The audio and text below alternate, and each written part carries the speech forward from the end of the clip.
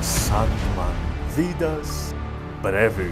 Gente, que cume, que ápice. Chegamos no arco, o meu arco favorito de Vidas Breves. Muitos, preferem Estação das Brumas, Mas eu ainda fico o meu arco preferido, Vidas Breves. Acho que muita gente também não gosta muito do desenho da Jill Thompson, Que é um pouquinho irregular durante o arco, Mas pra mim não apaga o brilho e eu vou tentar passar esse brilho pra vocês hoje. Assim, de coisas antecedentes importantes é aquela reunião que teve lá em Estação das Brumas, Onde a gente viu que tinha um irmão dentro dos Perpétuos que tinha sumido, Acho que até em um dos arcos ali de Fábulas e Reflexões que a gente vai ver quem que era esse irmão, na real, a gente só vê ele.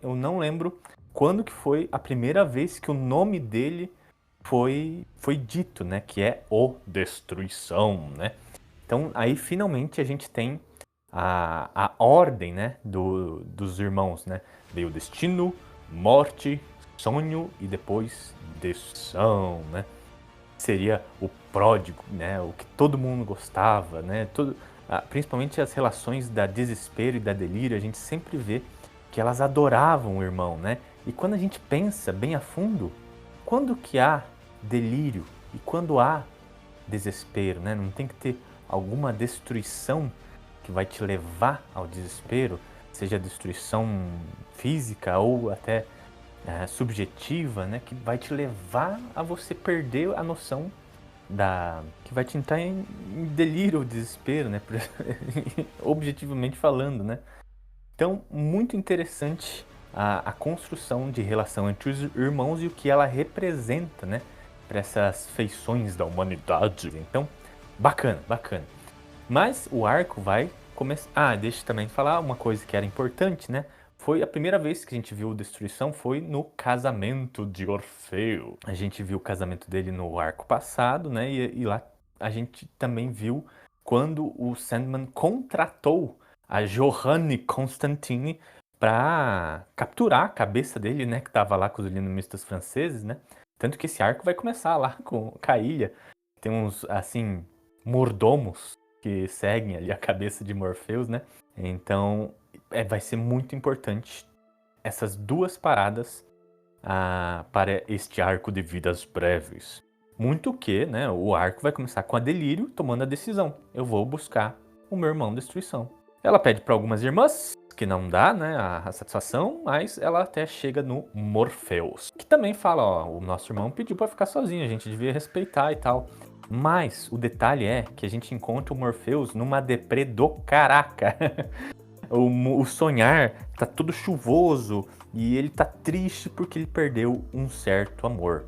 No arco passado, foi só comentado assim que o Sandman tá in love, Tá com a sua rapariga lá, acho que é o Marvin que fala isso. Não tô lembrado quem falou, se foi o Marvin ou o Corvo, o Matthew. Mas é dito, bem rapidamente. Se você passa a leitura muito rápido, você nem vê, E agora é dito, que a moça foi embora, deixou o quarto dela e foi de volta para o mundo desperto. Ou seja, era uma mortal. Ai, gente. Quem era essa moça? Eu não vou falar, porque aqui também não é falado. Tem certas teorias de quem ela é, E eu vou deixar meio que, pensem aí. Muito também se especula que poderia até ser a Nada, Porque a Nada foi ressuscitada em Estação das Brumas e depois foi reencarnada no mundo desperto, Mas eu já não acredito muito nessa teoria. Mas ela cabe, Porque ela estava no desperto e o Morpheus vai topar fazer essa missão simplesmente porque ele tá com a amada que voltou pro mundo desperto. E se ele for procurar o Destruição, talvez ele tope com essa moça, Ele esbarre nela, sem querer, de volta, Lá no mundo desperto. Show de bola, Morpheus. Show de bola. Mas então, a Delírio tem uma lista, de antigos amigos do Destruição e eles vão tentar seguir essa lista. Primeiro, tem um conceito bem bacana aqui, que é assim, eles vão embarcar numa jornada, mas não tem trilha, eles têm que viajar nesta jornada. Então, eles não simplesmente vão aparecer, assim, transmutar, prum, tipo lá, o primeiro que é o Capax, né? Eles só não vão sumir assim, tão, e aparece lá, né? Eles têm que respeitar certas regras para viajar dentro do mundo desperto, principalmente quando é essas jornadas, né, que está procurando o outro eterno, né, outro perpétuo, né. Por isso que o Neil Gaiman ele cria meio que esse mecanismo que eles pegam assim uma carona com quem sabe viajar dentro do mundo desperto.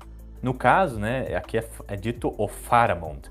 Faramond, gente, é um deus antigo lá da Suméria ou babilônico, né? Tem uma divergência de onde ele poderia ser. Tanto que é falado, né, que eles beberam um vinho na Babilônia, ele e o Morpheus. Mas é um deus super antigo e super esquecido.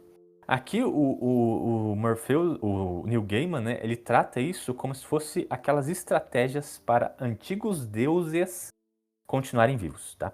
Aqui ele está pincelando um conceito que ele vai amplamente utilizar lá nos deuses americanos. Aqui é pincelado, assim, jogado por cima, falado por alto, né? Por exemplo, tem uma hora que eles falam assim, nossa, um deus não dá para morrer, né? Aí é falado, não, ele morre sim, é só ele ser esquecido que ele morre. Isso foi falado também em Estação das Brumas, por isso que tinha tantos panteões de deuses nórdicos, egípcios, tentando pegar o inferno, porque eles estavam no crepúsculo dos deuses, né, de cada panteão. Eles estão sendo esquecidos a cada ano que passa. Menos os gregos, né? Tanto que os Zeus nunca, o Hércules nunca foi lá, porque eles têm uma mídia ampla de filmes e contos e desenhos, né, que sempre vão pegar da mitologia grega. Então eles estão bem tranquilos por enquanto. Por isso que eles não foram lá pegar a chave do inferno. Já as outras mitologias estão em maus lençóis, né? Então eles se preocuparam em ir lá pegar a chave do inferno. Mas, né, dito isso, dei essa volta inteira, né, para falar que o Faramon, né, esse deus lá dos tempos primórdios suméricos, teve que fazer uma artimanha para continuar vivo, né? Ele abriu uma empresa de transporte, né? Ele aluga carro, ele faz viagem, né? Ele ajeita viagens. Então nisso, né, ele consegue até um reconhecimento, né? Um culto à viagem. Então ele permanece vivo, né? E essa ideia parece que foi do Morpheus, né? Então ele é sempre grato ao Morpheus, tanto que ele vai arranjar o transporte pelo mundo desperto, que nada mais é que um carro e uma motorista, né? Então eles vão indo. Então tem toda uma simbologia de viagem, né, neste mundo dos perpétuos de Sandman. Aqui, gente, tem uma vasta lista, né? Tem o Capax, tem a Etain, tem a Ishtar. Né? São, assim, também vários deuses antigos e todos eles, assim, coligados com guerras. Nada mais óbvio, né, estar coligado com a destruição.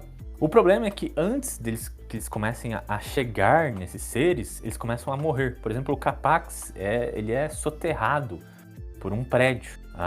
Eles até não chegam a encontrar a Etain. Etain é uma deusa do folclore irlandês, lá até muito parecido com o das fadas, né, céltico. E ela sente que alguma coisa está sendo demolida, né, então ela foge. Então tem 2 ou 3 páginas dedicadas a esse Etain fugindo de destruição.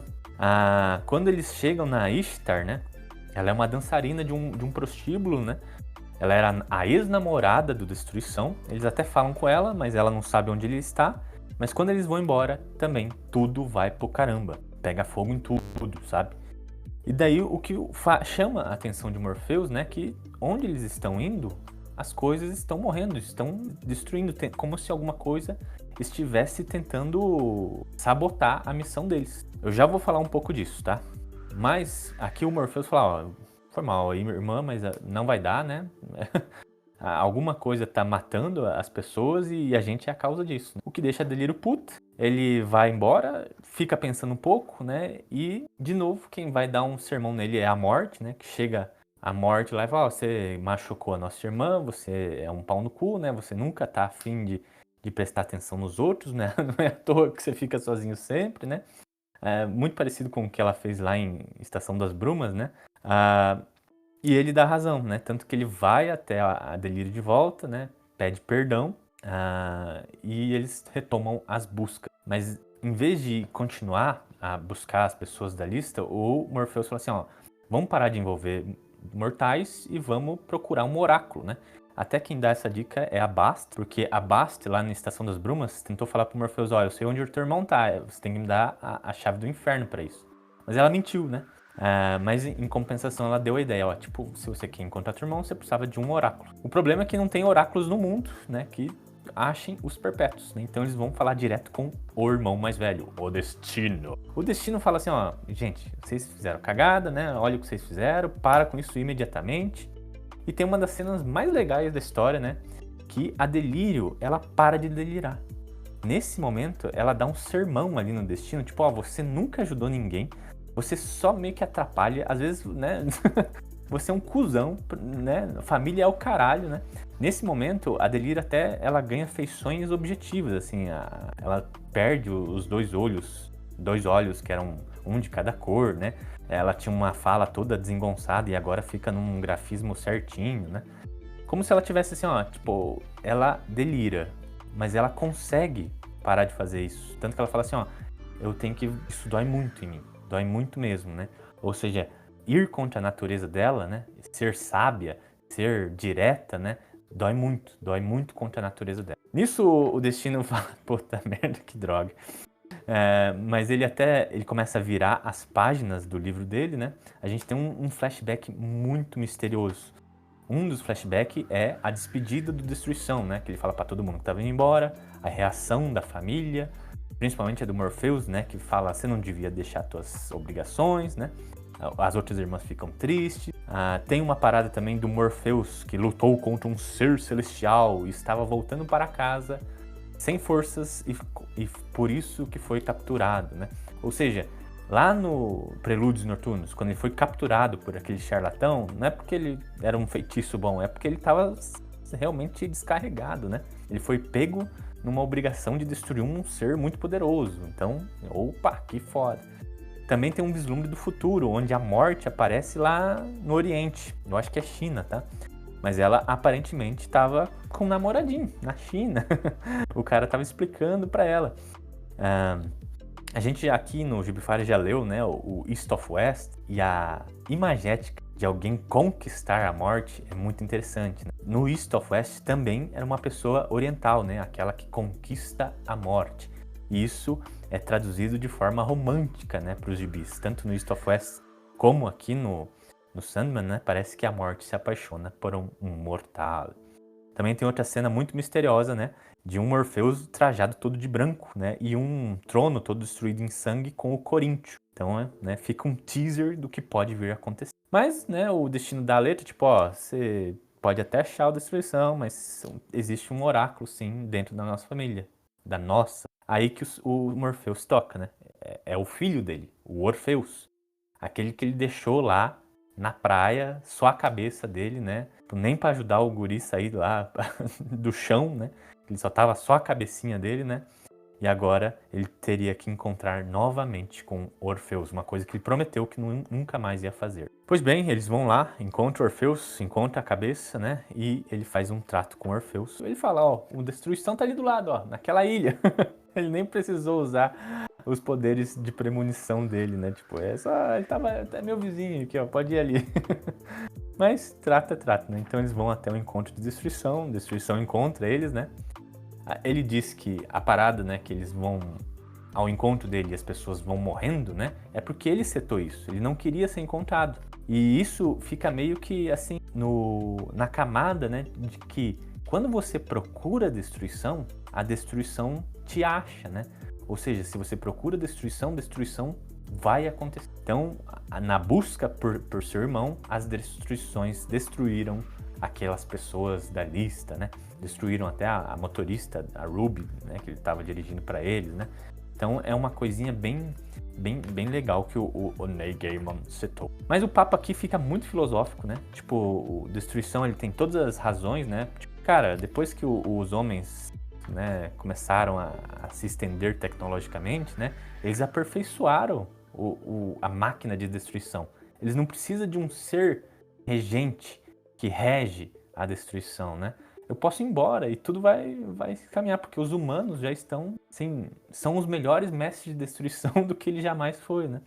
Então por isso que ele se sente na liberdade de deixar tudo isso, né? E não presenciar tudo, ele só vai e se vai, né? Tem uma parada também, né, que como o Destruição, ele tem essa parada de ficar refletindo sobre o que significa os deveres dos perpétuos, né? Ele fala, cara, a gente, né, não precisa, a gente pode escolher, né, não seguir os nossos desígnios, né?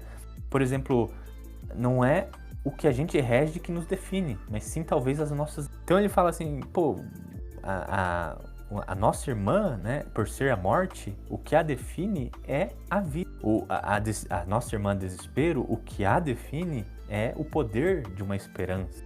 Do desejo seria até a algeriza, desgosto. E o que define destino é a liberdade, né? De você não estar traçando um destino fixo, né? Você poder escolher o que vai para frente. Então é muito bacana essa parada, né, que a gente não para pensar nesses espelhos dos perpétuos, que não tem pessoas no lugar dessa, não tem uma pessoa para a esperança, não tem uma pessoa para a liberdade, né?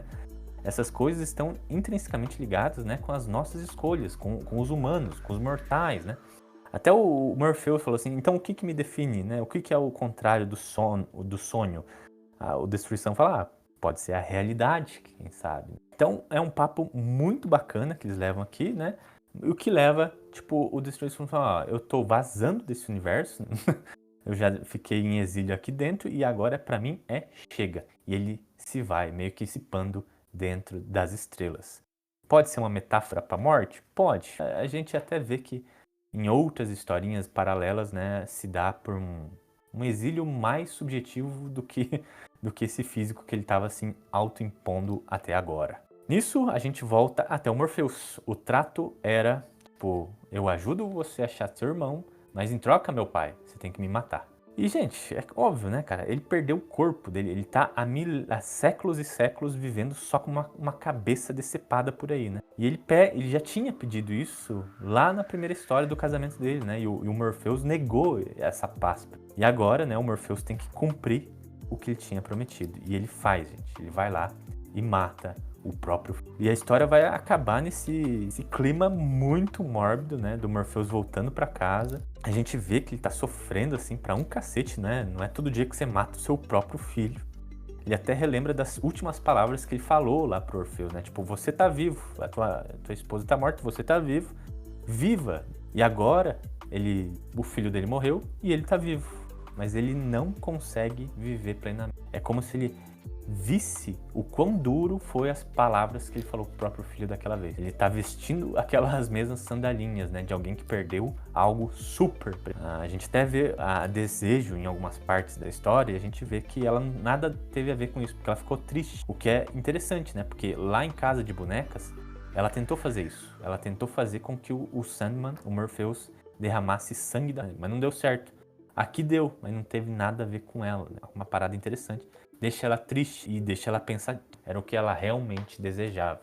Gente, muito foda, muito foda. Tanto a jornada, né, de Morpheus, desde lá de Prelúdios Noturnos, dele ganhando humanidade. E a humanidade dele parece que veio total à tona com ele tendo que matar o próprio filho. Que aqui ele chega e ele é caridoso com os outros pessoas lá do Sonhar, né? Ele cumprimenta os guardas, ele fala canuala, assim, tipo, bom trabalho, obrigado, sabe?